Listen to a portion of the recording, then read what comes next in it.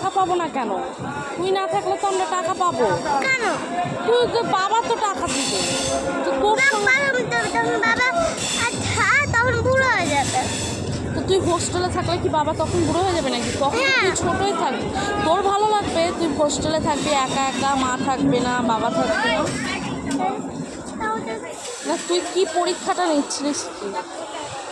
আমি হোস্টেলে চলে যাবো কিছুদিন পর। তুই একা একাই চলে যাবি তো হোস্টেলে?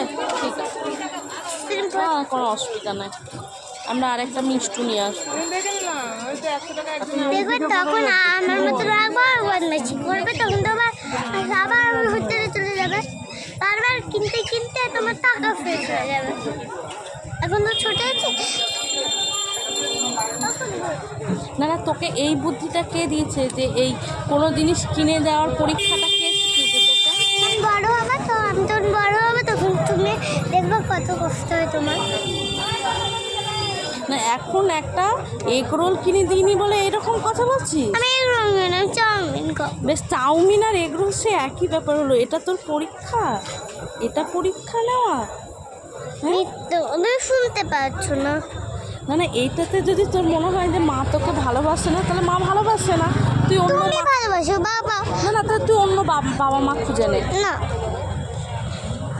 আমরা নিব না। না এত বলে তো আমরা এরকম পরীক্ষায় ফেল করলেই ভাল লাগে আমাদের।